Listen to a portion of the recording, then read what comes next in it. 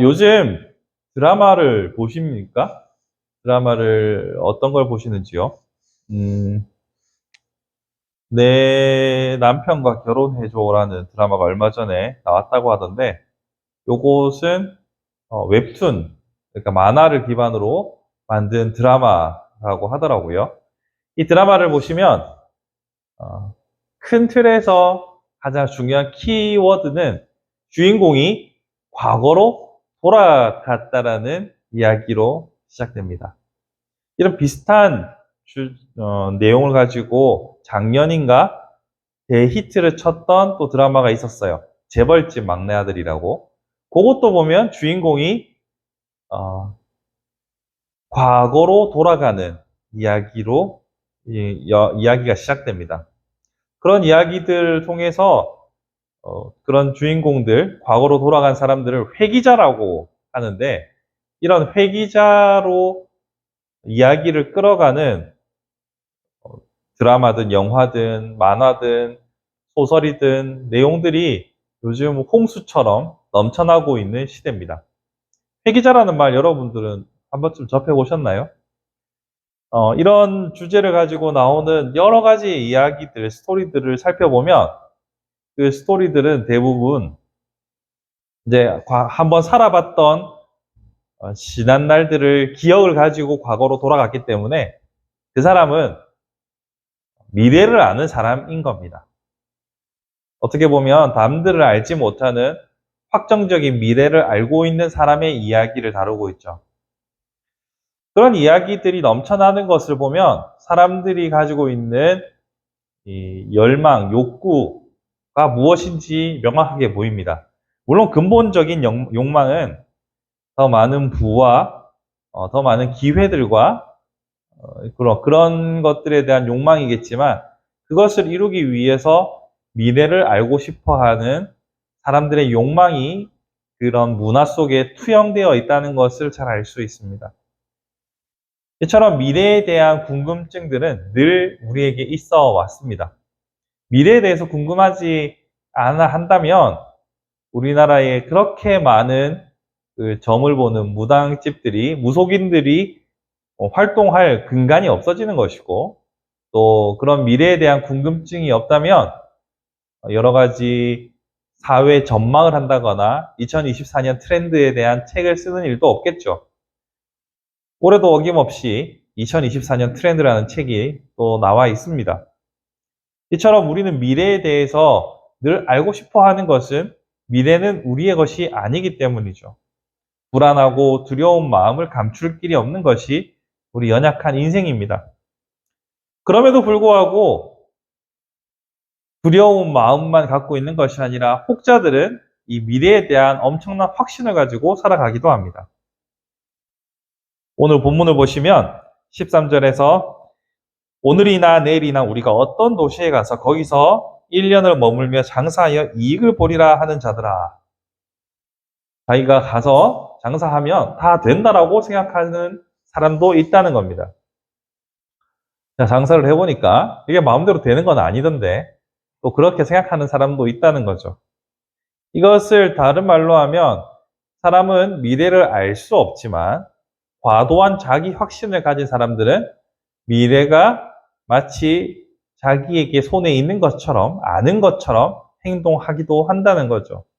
인간의 양극단을 볼 수 있는 본문 중에 하나라고 생각합니다.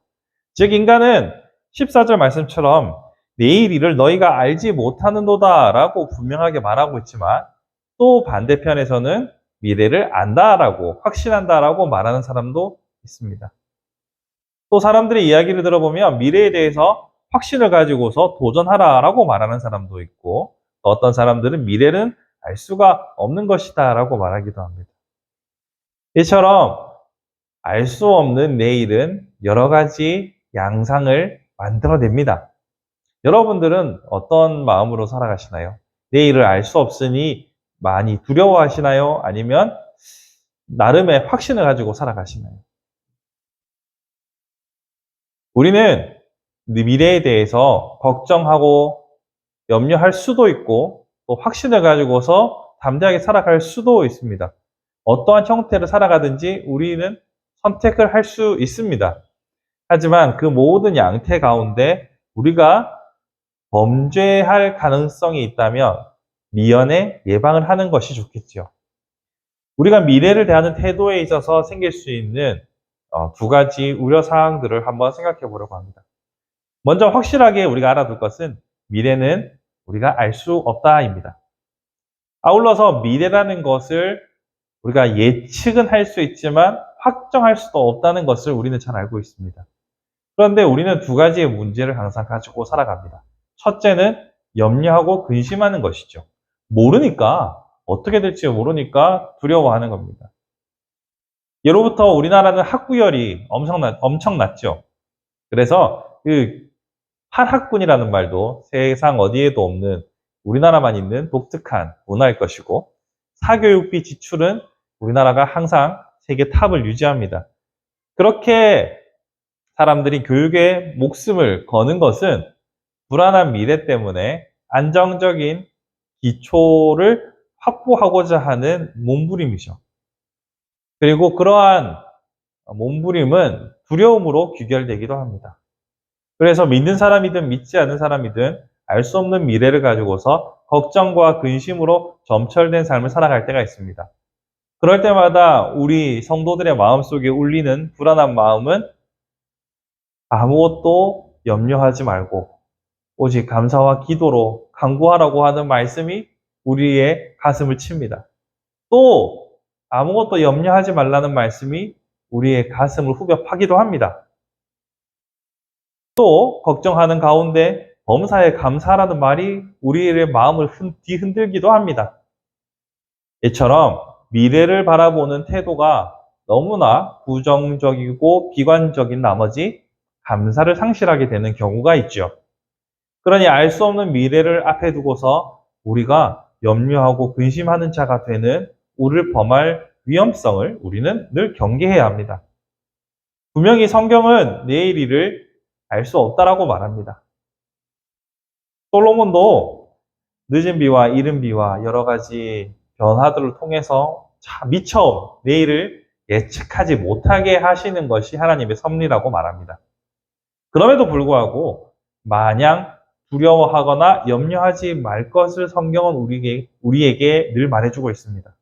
왜냐하면 내일을 알 수는 없지만 그분이 우리와 함께 하시기 때문에 성경은 우리에게 염려하지 말라고 하는 겁니다.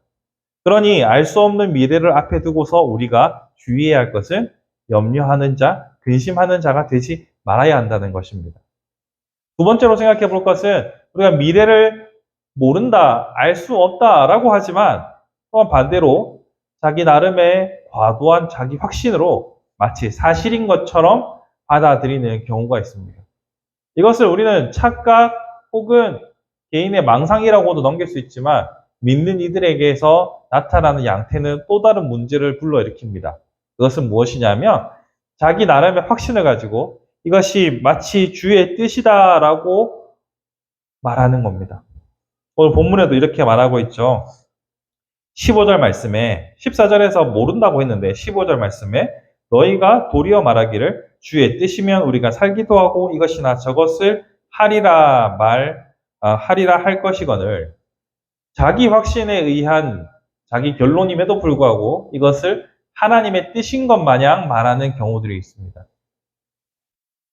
제가 아는 사람들 중에서도 분명 하나님의 뜻이다라고 확정해서 말하기는 어려울 것 같은데 자기 확신이 지나쳐서 하나님의 뜻이다, 하나님이 나에게 예비하신 것이라고 확신한다라고 말하는 사람들이 있습니다. 네, 하나님께서 그렇게 말씀하셨나요? 그렇게 확정적으로 본인이 결론을 내린 것이지 하나님께서 결론을 주셨나요? 하나님의 뜻은 우리가 지금 과거와 미래, 현재를 얘기하면서 미래를 알고자 하는 사람들의 이야기를 하잖아요. 하나님의 뜻은 시간이 지나고 늘 과거형으로 이야기할 수밖에 없습니다. 그럼에도 불구하고 자기 확신에 가득 찬 일부의 사람들은 그것을 마치 하나님의 뜻인 것처럼 자기 확신을 강요할 때가 있습니다. 이것은 다른 말로 하면 하나님의 이름을 망령되이 일컫는 것과 같습니다. 그러니 미래를 향한 두려움이 만들어내는 이런 문제들에 대해서 우리는 좀 생각을 해볼 필요가 있습니다. 막연히 두려움을 가지고서 염려, 걱정, 근심하는 것도 문제요. 또한 그 자기 확신, 지나친 자기 확신으로 하나님의 이름을 망령되이 일컬으며 하나님의 뜻이다라고 섣불리 결론 짓는 것도 문제라는 겁니다. 그렇다면 우리는 어떻게 살아야 할까요? 오늘 본문에서 말하고 있는 것처럼 명백한 것은 우리가 내일 일을 알지 못합니다. 하지만 성경은 일관되게 내일이 어떨 것이다 라고 알려주지 않고 나 여호와가 너의 아버지는 어떤 분이다 라는 것을 말해줍니다.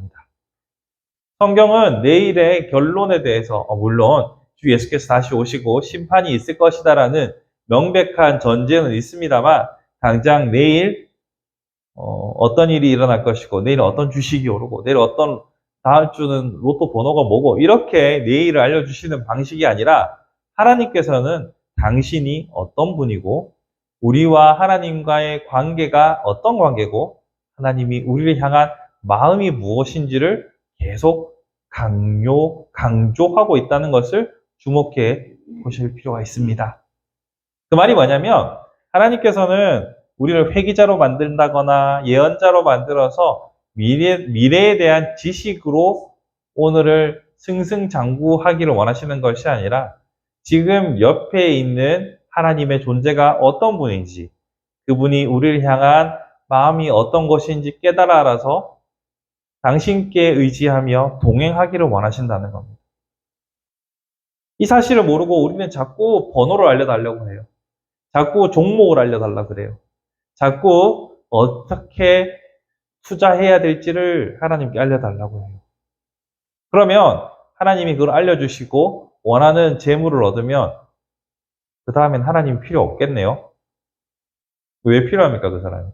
물론 더 큰 재물을 얻기 위해서 하나님을 찾을 수도 있겠죠. 자, 그런데 그 존재 자체가 아니라 그 존재를 통해서 무언가를 얻고자 수단으로 사람을 대하면 그게 정상적인 관계입니까? 내가 다른 사람을 사람으로 대하지 않고 그 사람을 통해서 얻는 이익 때문에 계속 관계한다. 혹은 사업적인 파트너로 살아간다. 라고 했을 때 진정한 사람의 냄새가 난다고 할 수 있을까요? 하나님께서 동일하게 우리에게 말씀하시는 것도 그겁니다. 하나님이 가지고 있는 능력을 통해서 내가 무언가를 얻으려고 하는 것이 아니라 그 하나님으로 기뻐하고 만족하는 삶. 내일은 알지 못하지만 그 내일도, 그 내일의 내일도 나와 함께 하실 하나님을 바라보는 삶. 그것이 바로 신앙인의 여정임을 잊지 말아야 할 것입니다. 말씀을 정리해 보겠습니다. 내일은 분명히 알 수 없는 내일입니다. 내일의 내일도 알 수가 없습니다. 하지만 하나님은 아십니다. 그 아시는 하나님께서 우리에게 요구하는 것은, 우리에게 원하는 것은 당신의 알고 있는 지식을 전해주는 것이 아니라 알 수 없는 내일 앞에서 그 하나님께 의지하는, 하나님과 동행하고자 하는 자녀의 마음이라는 것을 우리는 잊지 말아야 합니다. 과도한 두려움으로 염려하지도 말고 자기 확신으로 혼자서 설레발을 치는 것도 아니고 오직 그분께 우리 자신을 맡김으로 하나님께서 주시는 평강과 기쁨이 그 품 안에서 누리는 평안이 우리 안에 충만하기를 간절히 바라봅니다. 우리는 미래를 알지 못하지만 미래의 주인과 함께하고 있음을 감사하고 기뻐하는 복된 나날들이 되기를 주님의 이름으로 축원합니다.